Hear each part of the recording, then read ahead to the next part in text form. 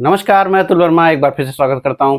आज की वीडियो में हम बात करेंगे कि किस तरह से आप बहुत अच्छे स्टॉक्स को आइडेंटिफाई कर सकते हैं एफआईआई डेटा को देख करके, चार्ट को देख करके किस तरह से आप समझ सकते हैं। कुछ एग्जांपल रख करके मैं आपके सामने इसको समझाने की कोशिश करूंगा। साथ में जो day to day Nifty Bank Nifty के लेवल्स हैं उनकी चर्चा करेंगे और जो थोड़ी बहुत ग्लोबल खबरें होंगी वो जरूर आपके सामने रखेंगे। तो अगर ये चूंकि ये जो प्रश्न है कि कैसे कोई एक अच्छा स्टॉक खोजें, बहुत लोग को लगता है चार्ट काम नहीं करता है। वैसे चार्ट बहुत अच्छे से आपको समझाता है कि कोई भी स्टॉक कब बिहेव करेगा, कैसा बिहेव करेगा। अगर आपको चार्ट सही तरीके से देखना आता है तो। बहुत लोगों को चार्ट देखना ही नहीं आता या सही तरीके से ही नहीं आता तो उनको दिक्कत होती है। मैं आज आपको ये समझाने की कोशिश करूंगा कि अगर आप मान लीजिए चार्ट भी नहीं देखना चाहते, एफआईआई डेटा देखना चाहते हैं। डेटा आपको मार्केट में आज की डेट में बहुत सारी वेबसाइट्स हैं, वहां पे फ्री ऑफ कॉस्ट अवेलेबल है। बहुत बार मैं भी बहुत सारी डेटा आपके सामने लाकर रखता हूं, या आप खुद से भी आज की डेट में एआई है, स्कैनर है, बहुत सारी चीजें हैं जहां पे आप जा करके डेटा को निकाल सकते हैं।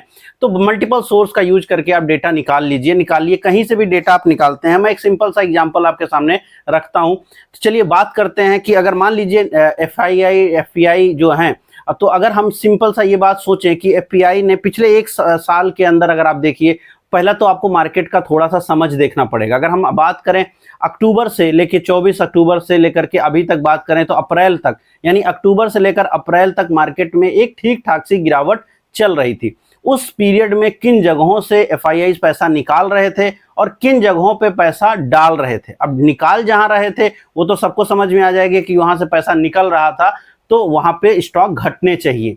लेकिन जहां पे डाल रहे थे वो पॉइंट ऐसा हो सकता है जहां पे कुछ ऐसे स्टॉक्स आपको मिल जाएं जो ऊपर की साइड में जाएं। लेकिन इसको दो तरीके से और सोचा जा सकता है। ऐसे भी क्या कोई स्टॉक हो सकते हैं कि उस सेक्टर में जहां से वो पैसा निकाल रहे हो वहां पर भी कुछ सेक्टर में उन्होंने पैसे स्टॉक बढ़ाए हों।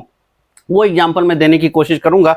आपके सामने एक लिस्ट है कि यहाँ पर हमने ये कोशिश करी है कि जुलाई 25 का डेटा आपके पास है। तो मोटा मोटी पिछले 2.5-3 महीने का डेटा हम आपके सामने रख रहे हैं कि पिछले 2.5-3 महीने में जो आपका एफपीआई है वो कहाँ पर पोजीशन बना रहा है, कहाँ पे कम किया है। मैं पहले सेक्टर से स्टार्ट करूंगा और उसके बाद फिर कुछ एक एग्जांपल लेकर के, स्टॉक के एग्जांपल लेकर आपके सामने समझाने की कोशिश करूंगा। थोड़ा सा चार्ट को भी उसमें हम ऐड करेंगे, तो ध्यान से देखिएगा इस चीज को। हो सकता है इसके पहले आपने कभी भी यूट्यूब पे इस तरीके से चीजों को आइडेंटिफाई करना ना देखा हो। तो अगर हम देखें यहाँ पर तो जुलाई 1 से लेकर जुलाई 15 और रोलिंग 2 मंथ का डेटा है कि 1 मई से लेकर के अगर आप देखिए तो कहां पर पोजीशन एफआईआई ने कितना पैसा निकाला है, कितना पैसा डाला है। अब अगर सर्विसेज सेक्टर की बात की जाए तो वहां पर सर्विसेज सेक्टर में करीब 2,734 करोड़ इन 15 दिनों में गए, 15 दिनों में पैसे डाले गए हैं। वहीं पर अगर रोलिंग यानी पिछले 2 महीने और की बात की जाए तो वहां पे करीब 8,305 करोड़ रुपए आया है। नेट स्थिति ये बनती है कि यहां पर मोटा मोटी पैसा आया है इस पर्टिकुलर सेक्टर में जो सर्विस सेक्टर है। अदर्स में भी पैसा गया है 18,000 करोड़ के आसपास पहले 2 महीनों में, और इस महीने में भी करीब अभी महीना कंप्लीट भी नहीं हुआ है, 16 दिन हुए हैं, 17 दिन, 15 दिन का डेटा हमारे पास है, 20 दिन होने को आए हैं। तो यहाँ पे भी 24 करोड़ के आसपास, 2400 करोड़ के आसपास इस महीने में भी आया है। ये भी एक सेक्टर है जहाँ पे लगातार पैसे आए हैं। फाइनेंस सेक्टर है, कंज्यूमर है, कैपिटल गुड है, ऑयल एंड गैस है, टेलीकम्युनिकेशन है। ये सारे वो सेक्टर हैं पिछले 3 महीने का, अप्रैल से मोटा मोटी आप निकाल के चल रहे हैं तो इन सभी सेक्टर्स में पैसा आया है।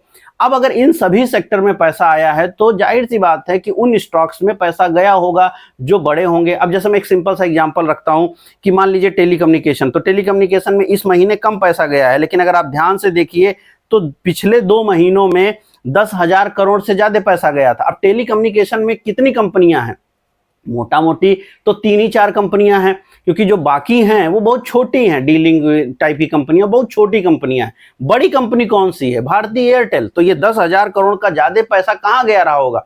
भारतीय एयरटेल में गया होगा। और अब पिछले 2 महीने 2.5 महीने में भारतीय एयरटेल में अच्छी तेजी हुई थी। इस महीने थोड़ी गिरावट हुई है, लेकिन क्या यहां से पैसा अभी निकासी हो रहा है? नहीं, निकासी नहीं हो रहा है। तो एक ठीक ठाक सा पोजीशन वहां पे क्यों बना और क्यों मूवमेंट आया वो समझ में आता है कि पैसा वहां लगातार जा रहा था। ये तो ये हुआ कि जहां पे पैसा लगातार जा रहा था और जहां पर पैसा पिछले महीनों में भी गया और इस महीनों में भी गया है, और छोटी मोटी अभी फिलहाल करेक्शन आई है, लेकिन अगर आप 2.5 महीने 3 महीने का डेटा देखिए या 3 महीने का चार्ट देखिए तो आपको भारतीय एयरटेल ठीक लगता है और लगातार उसमें वृद्धि रही है। पिछले कुछ समय थोड़ा सा मुनाफा जरूर निकला है, लेकिन एक सडन स्पाइक हुआ था और उसके बाद थोड़ा सा नीचे गया।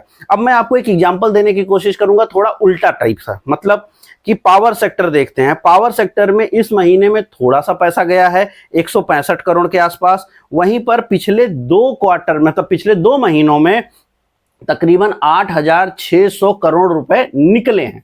अब पहला समझ क्या बनता है कि पावर सेक्टर से पिछले 2.5 महीने में पैसा बाहर गया है और पिछले 15 दिन के अंदर थोड़ा पैसा उसमें गया है, तो कोई बहुत ज्यादा काम नहीं बन रहा होगा, या यूं कह सकते हैं कि पावर सेक्टर में थोड़े थोड़े स्टॉक्स में गिरावट हो रही होगी। ये बात एक समझ बनती है। लेकिन क्या पावर सेक्टर में कुछ कंपनियां ऐसी हैं जहां पर ये मौके बन सक रहे हों या बने हुए हों, जहां पर पैसा ज्यादा मात्रा में गया हुआ हो? क्या ऐसा कुछ बन सकता है? तो अब इसी डेटा को खंगालने के लिए अब आप स्टॉक वाइज चीजों को देख सकते हैं, खोज सकते हैं, आजकल बहुत कुछ अवेलेबल है। तो अगर हम इसी डेटा को खंगालने की कोशिश करें तो हमें यह समझना पड़ेगा कि अब जहां पर एफआईआईज का डेटा, मतलब यूं कहिए एफआईआईज के जहां पर पैसे पिछले कुछ समय के अंदर ऐड हुए हैं, वो डेटा हमें देखने पड़ेंगे।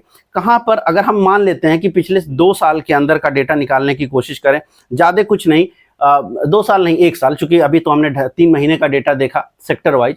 अब अगर हम मोटा मोटी ये सोचने की कोशिश करें कि किन स्टॉक्स में एफआईआईज ने मिड 24 से, यानी मान लेते हैं जून जुलाई से, आप डेटा इसको अलग अलग जगहों से आपको ये निकल के मिल जाएगा। जैसे मैंने कहा स्कैनर पे आप जा सकते हैं, वेबसाइट पर बहुत सारी पेड वेबसाइट्स हैं आजकल, चूंकि एआई आ चुका है तो बहुत सारे एआई यूज करके आप मल्टीपल सोर्स से डेटा निकाल सकते हैं। और मैंने वैसे बताया कि बहुत बार में फ्री डेटा हम भी आपके सामने शेयर करते हैं।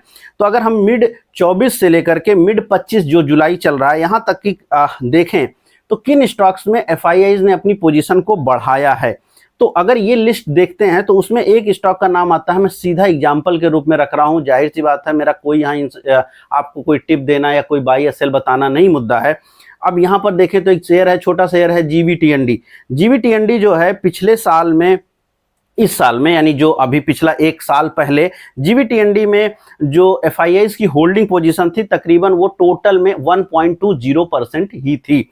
लेकिन अभी क्या हुआ है, इस करंट फाइनेंशियल ईयर में जो होल्डिंग है वो करीब करीब 14% पहुंच गई है। यानी कि जहां पर वो 1% होल्ड करते थे, आज वहां पर वो 14% होल्ड करते हैं पिछले 1 साल के दौरान। अब 1 साल में ऐसा क्या बदल गया इस पर्टिकुलर स्टॉक में, वो आपको जानने का जरूरत नहीं है।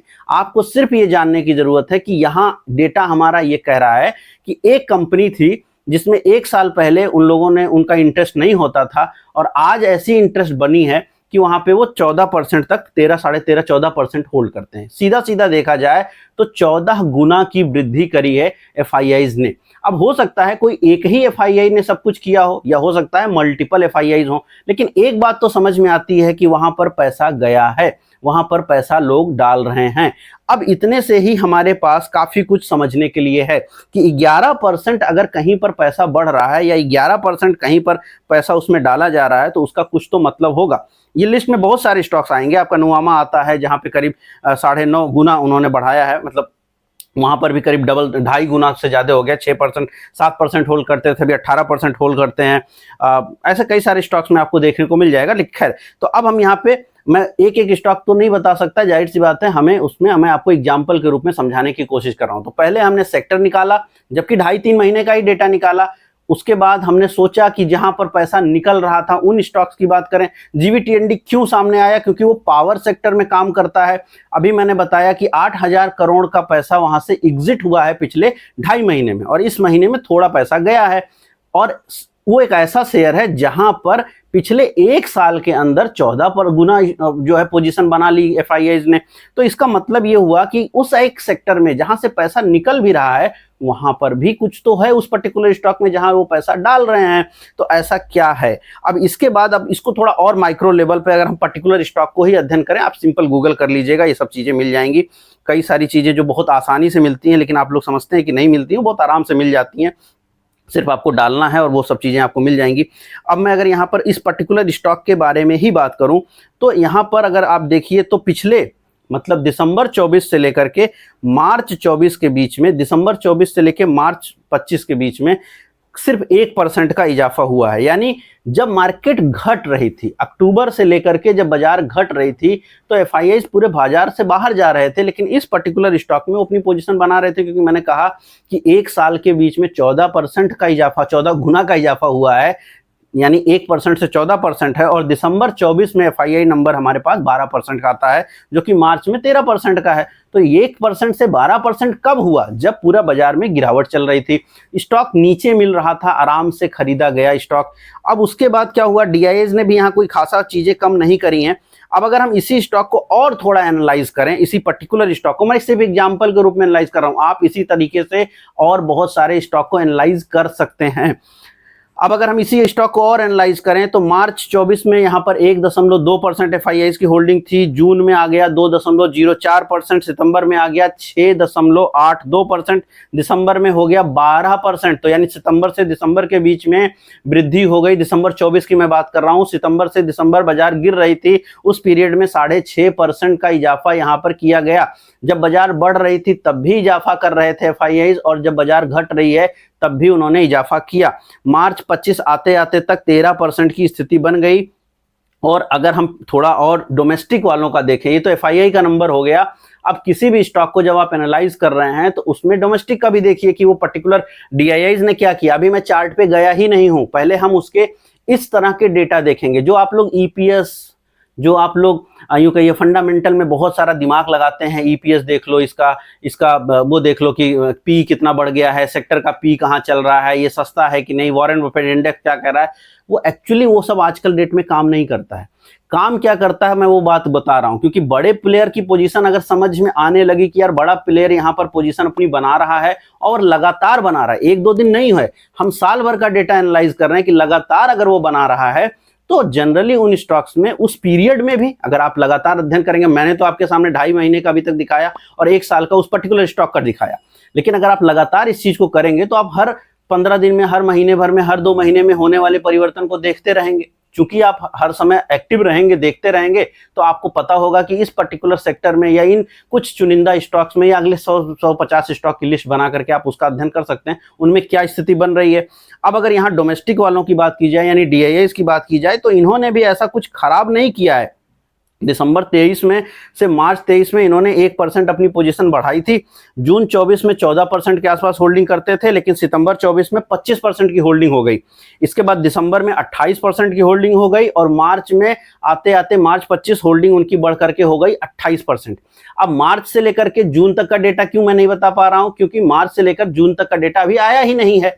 जब वो आएगा तो हम मान के चल रहे हैं कि इस पर्टिकुलर स्टॉक में संभव है कि डेटा में थोड़ा और इजाफा दिख जाए, हो सकता है दिख जाए, क्योंकि जिस पीरियड में बाजारों में गिरावट हो रही है उस पीरियड में भी इसमें पैसा जा रहा था, सस्टेनेबली 1 साल से पैसा जा रहा है, और हम यहाँ 1 ही साल का डेटा अभी देख पा रहे हैं। लेकिन अगर आप कंटिन्यूअसली डेटा देखते हैं तो इस पर्टिकुलर स्टॉक में पिछले 1.5-2 साल से धीरे धीरे करके पैसा गया ही है।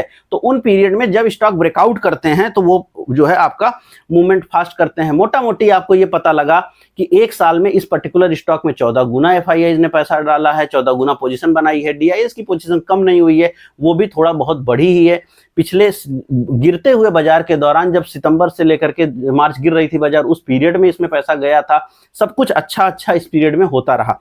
अब अगर इसी पर्टिकुलर स्टॉक का आप चार्ट देखेंगे, अब यहाँ पर चार्ट इंपॉर्टेंट होता है। जब भी आप किसी स्टॉक का इस तरह से पोजीशन देखते हैं कि उस पर्टिकुलर स्टॉक में किस तरह की पोजीशनिंग बनी है पिछले 6 महीना, 8 महीना में, 2.5 महीना में, साल भर में, तो चार्ट जरूर देखिए। अगर आप चार्ट देखेंगे तो आपको समझ में आएगा कि यद्यपि अक्टूबर के वक्त से ये स्टॉक घट रहा था, जब पोजीशन यहाँ बड़े प्लेयर बना रहे थे, लेकिन पिछले जो यूँ कहिए 7 अप्रैल से स्टॉक में एक तरफा रन हुआ, और करीब करीब जो है ये स्टॉक, जब आपका 17 अप्रैल को 1300 का स्टॉक था।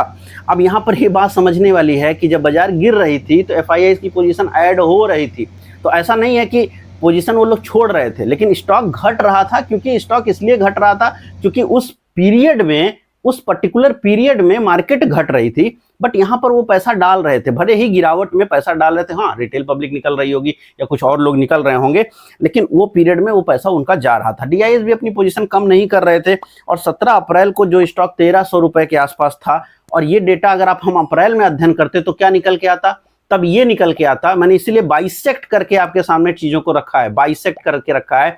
अप्रैल में अगर हम यही डेटा अध्ययन कर रहे होते तो हमको ये पता होता कि सितंबर से लेकर मार्च के पीरियड में पैसा इसमें गया है। हमें ये भी पता होता कि जून 24 से लेकर के उस समय तक यानी जनवरी फरवरी 25 तक भी इस पर्टिकुलर स्टॉक में पैसा गया है या इस पर्टिकुलर सेक्टर से पैसा निकल रहा था, बट इस स्टॉक में पैसा गया है, एफआईआईज की पोजीशन बनी है। ओवरऑल आप इस तरह से समझ पाते। करंट स्टेटस क्या है? करंट स्टेटस ये है कि आप 17 अप्रैल से देखिए तो 2400 का ये स्टॉक हो गया, जो कि 1400 का उस समय था, 1338 रुपए के आसपास, और वहाँ से अब 2400, तो 1200 रुपये का मूवमेंट हुआ। करंटली अगर आप वीकली चार्ट देखते हैं, और ये सब कुछ जब आप अध्ययन करें तो इन्वेस्टमेंट के हिसाब से करें, थोड़ा लंबा व्यू रखिए। तो अब यहाँ पे करंट स्टेटस ये है कि 2100 से लेकर 2400 की एक रेंज में स्टॉक ट्रेड हो रहा है। किसी समय जब ब्रेकआउट्स होंगे 2400 के ऊपर, 2450 के ऊपर अभी वो पहुंचने वाला है, मान लीजिए 2500 की रेंज निकालता है, तो अभी फिलहाल वो एक बॉक्स जैसा फॉर्मेशन में है। लेकिन जब ये बॉक्स ऊपर की साइड में या नीचे की साइड में किसी एक साइड में ब्रेक करेगा और डेटा को आप बार बार एनालाइज करते रहेंगे, तो वो पीरियड में वापस से हो सकता है आपको एक बड़ा मौका बन जाए। तो चार्ट कब एंट्री का लेवल बताएगा चार्ट, क्यों? क्योंकि जब चार्ट पे ब्रेकआउट होगा तब वो एक एंट्री लेवल होगा कि चलो हर स्टॉक पे ब्रेकआउट हो गया, अब हमारा बाई बनता है। ब्रेकआउट लेवल होगा, जाहिर सी बात है 2500 के आसपास में, 2470-80 के बाद ये ब्रेकआउट बनेगा, तो वो उसके बाद वो स्टॉक का मूवमेंट थोड़ा शार्प हो सकता है। सपोर्ट्स आपको मिल जाएंगे, स्टॉप लॉसेज आपको मिल जाएंगे, लेकिन मुद्दा ये है कि इस तरीके से आप पर्टिकुलर स्टॉक का या किसी भी स्टॉक का आप जब अध्ययन करेंगे तो आपको ज़्यादा बेहतर आंसर मिलेगा कि कहाँ क्यों मैं इस स्टॉक में जा रहा हूँ। अब कई लोग को लग रहा होगा और लगातार कमेंट्स में आएगा कि कौन सी वेबसाइट से कर लें, कहाँ से कर लें। देखिए कई सारी जगहों से आप कर सकते हैं, इसलिए मैंने कई बार ये बात कहा।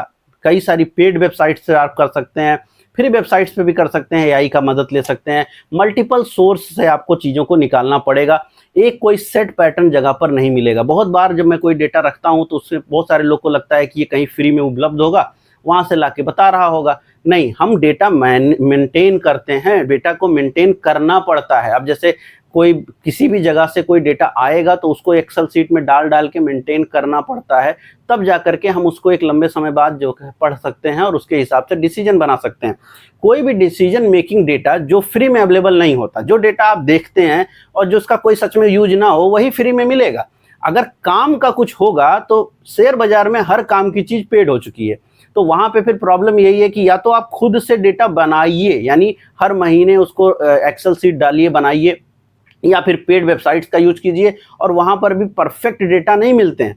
फिर आपको या तो भाई आप कुछ और चीज़ें करिए या तो मेंटेन करिए, अल्टीमेटली आपको मेंटेन करना पड़ेगा। तो मल्टीपल सोर्स से निकालना पड़ता है। तो जो बहुत बार आप लोग को लगता है कि जो मैं डेटा रख रहा हूँ ये कहाँ से निकाली, कहाँ से मिल गया, उसके लिए मेहनत करनी पड़ती है, चाहे वो म्यूचुअल फंड के डेटा हो, चाहे किसी एक पर्टिकुलर पोर्टफोलियोज के डेटा हो। मैंने म्यूचुअल फंड का डेटा 2 वीडियो पहले इसी चैनल पे आपको दिखा होगा, बहुत मेहनत करके बनाया था, लेकिन उतना व्यू नहीं आया, इसलिए उसका सेकंड पार्ट बनाना रह गया, नहीं बनाया जानबूझ के, क्योंकि व्यू नहीं आया। 4000 लोग देखेंगे तो क्या ही पसंद आएगा। तो देखिए, जब आप कोई चीज़ देखते हैं, जब एक दर्शक के रूप में उस चीज़ को सराहा जाता है, लोग पसंद करते हैं। जैसे मैंने आज ही यही बात कही, किसी को अच्छा लगेगा, किसी को नहीं अच्छा लगेगा। मैं एक स्टॉक लेकर के उसके बारे में डिटेल कर रहा था, प्लीज़ इसको एज ए बाई रिकमेंडेशन मत मानिएगा। मैं सिर्फ अध्ययन करने के समझा रहा था। आप इसी तरह से भारतीय एयरटेल का अध्ययन कर सकते हैं, आप इसी तरीके से कुछ और स्टॉक का अध्ययन कर सकते हैं, किसी भी स्टॉक का अध्ययन कर सकते हैं। जब आप अध्ययन करेंगे तो आपको आंसर मिलेगा कि उस पर्टिकुलर स्टॉक में क्या स्थिति है। अब जिसकी का मन है रिलैक्सो लेने का, वो रिलैक्सो का अध्ययन करे, किसी को रेमंड का अध्ययन करना है वो रेमंड का अध्ययन करे, किसी को किसी और शेयर का अध्ययन करना है, प्राज का करना है प्राज का करो। लेकिन विदाउट अध्ययन जब आप करते हो, और होता यह है कि आप सिर्फ सोचते हो बस इस शेयर को जाके मैं बाई करूं, नहीं, किसी भी स्टॉक को प्रॉपर ढंग से एनालाइज करिए पहले, और तब जाकर के डिसीजन बनाइए कि इस पर्टिकुलर स्टॉक में ये जो सर्टेन लेवल निकला है इसका क्या वैल्यू है। और चूंकि ये पर्टिकुलर स्टॉक एक सर्टेन लेवल के ऊपर जा रहा है, तो मान के चलिए कि वो स्टॉक अब जो है एक नई रैली की तरफ बढ़ सकता है, और वो बहुत ज़रूरी है। जैसे मैंने यहाँ पर आपको एक ऐसे सेक्टर में जहाँ पे पिछले 3 महीनों में पैसा निकला है, वहीं पर जीवीटीएनडी पिछले 3 महीनों में पावर एंड डिस्ट्रीब्यूशन सेक्टर का होकर के भी वहाँ पर रैली आई है, पैसा निकला है, एफआईआईज ने पैसे निकाले हैं, बट वो पर्टिकुलर स्टॉक बढ़ा है। इसका मतलब ये हुआ कि सेक्टर कुछ कह रहा है, सेक्टर से पैसा भले जा रहा है, लेकिन उस पर्टिकुलर स्टॉक से पैसा बाहर नहीं जा रहा है। और ये बहुत ज़रूरी है कि आप इस तरह देखें। बहुत बार ऐसा भी होगा, जो मैंने शुरुआत में बोला, टेलीकम्युनिकेशन का एग्जांपल दिया कि उस सेक्टर में पैसा गया है, पर्टिकुलर स्टॉक में पैसा गया और स्टॉक बढ़ा है। तो दोनों नज़रिया आप रख सकते हैं और दोनों ही नज़रियों के हिसाब से आप अध्ययन कर सकते हैं। लेकिन हाँ, जब इस टाइप की वीडियोस अगर मैं आपके सामने, बहुत सारी मैं वीडियोस इस टाइप की लाना चाहता हूं इस पर्टिकुलर चैनल पर, और इसीलिए हमने 2 चैनल बनाए हैं। जो मेरा ये चैनल है जिस पर अभी आप वीडियो देख रहे हैं, यहाँ पर अब हमारी कोशिश ये होगी कि हम डे टू डे वाली बात कम करें। यहाँ पर हम ऐसी बात करें कि जब भी आप वीडियो हमारा देखें, 10 दिन बाद देखें, महीने भर बाद देखें, तो भी उस वीडियो का एक सिग्निफिकेंस आपको समझ में आए। क्योंकि जब खबरों पर हम बात करते हैं तो सिर्फ वो 1 दिन 2 दिन या ज़्यादा से ज़्यादा 2.5-3 दिन की वैल्यू रहती है। यद्यपि मैं हर वीडियो में कुछ नई चीज़ें भी डालता हूं, लेकिन फिर वो यूट्यूब उसको उस ढंग से समझ नहीं पाता है और वो एक 24 घंटे बाद वो वीडियो लोगों के सामने नहीं रखता। इसीलिए इस चैनल पे अब आपको इसी टाइप की फंडामेंटल जानकारी वाली डिटेलिंग करने को, एनालिसिस करने को, या फिर और बहुत सारे जोनर हैं जो बाजारों के, उनको मैं आपके सामने लाऊंगा। और जो डे टू डे खबरें हैं, बातें हैं, वो मेरे दूसरे चैनल पर, जिसका नाम अतुल वर्मा स्टॉक मार्केट करके है, आप सर्च कीजिएगा, मिल जाएगा। कमेंट बॉक्स में मैं लिंक पिन कर दूंगा, वहां पे आप जाएंगे, टच कीजिएगा, दूसरा चैनल आपको मिल जाएगा, उसको सब्सक्राइब कीजिए। उस पर रेगुलर वीडियोस उस पर भी आएंगी, कल भी उसी पर वीडियो आया था, वीडियोस उस पर आती रहेंगी, जहां पर हम रोज की जो मंडे टू फ्राइडे बाजारों की जो चर्चा करते हैं वो वहां पे हम करते रहेंगे। जबकि आज चूंकि वहां पर वीडियो नहीं है तो यहीं पे मैं चर्चा करूंगा। अब बाजार थोड़ा सा नीचे आई है जरूर, लेकिन उस जोन से जहां से सपोर्ट बनता था 24,800, कल का वीडियो याद कीजिए, 24,800, 24,850, मैंने यही बात कही थी कि 24,800 आराम से नहीं टूटेगा, 24,850 बहुत अच्छा सपोर्ट है। और 24,888 से सुबह बाजार घूमी। पहला 1 घंटा संभल के रहिएगा। किसी भी स्टॉक के रिजल्ट, मैंने कल भी बताया था, रिलायंस का रिजल्ट खराब है, एचडीएफसी का रिजल्ट बहुत अच्छा नहीं है, लेकिन चूंकि उन्होंने बोनस इशू कर दिया है उसके नाते संभल जाएगा। और मार्केट पहले से ही मान के चल रहा था कि आईसीआईसीआई और जो आपका एचडीएफसी, ये दोनों खराब रिजल्ट लाएंगे, तो वही देखने को मिला। और उसके नाते रिजल्ट में खराबी हुई के बावजूद भी स्टॉक नीचे से घूमा। और मैंने यही सब बताया था कि सुबह आप 1 घंटा संभाल लीजिएगा, 1 घंटे में कोई मंदी मत कीजिएगा, हो सकता है वहां से बाजार रिकवर हो। एग्जैक्टली 1 घंटे के आसपास का समय लगा और वहां से बाजार रिकवर की है, बॉटम बनाई है, और बाजार न सिर्फ बॉटम बना करके ऊपर गई बल्कि 25,200, 25,200 की रेंज की तरफ बढ़ी है, 25,100 के ऊपर क्लोज करने में सफल रही है। तो मार्केट अब वापस से उसी जोन में जा रही है और बाजार कहीं नहीं जा रही है। ये बाजार बहुत हद तक साइडवेज मार्केट है। अब वापस से 25,100, 25,200 की जोन आपके सामने दिखाई पड़ सकता है अगले 1-2 दिन के अंदर।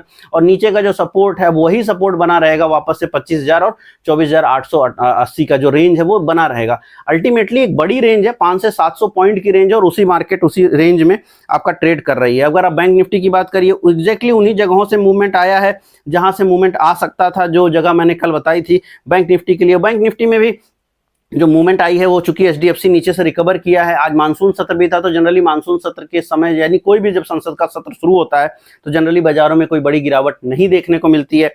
तो आज भी वही स्थिति रही है। बैंक निफ्टी में करीब 57,000 पे आप क्लोज जरूर किए हैं। नीचे आपका जो लो है वो 56,000 के आसपास का है और वहां से रिकवरी हुई। और यही मोटा मोटी अपन बात कर भी रहे थे कि यहीं से बाजारों में घुमाव देखने को मिल सकता है। 56,200 के आसपास से ही बाजार में आपने घुमाव देखा है। और अब वही है कहानी कि ऊपर 57,500 और नीचे 56,200, ये रेंज रहेगी। हो सकता है अगले 2 से 4 दिनों के लिए आप इसी रेंज में अगले कुछ समय और गुजार दें।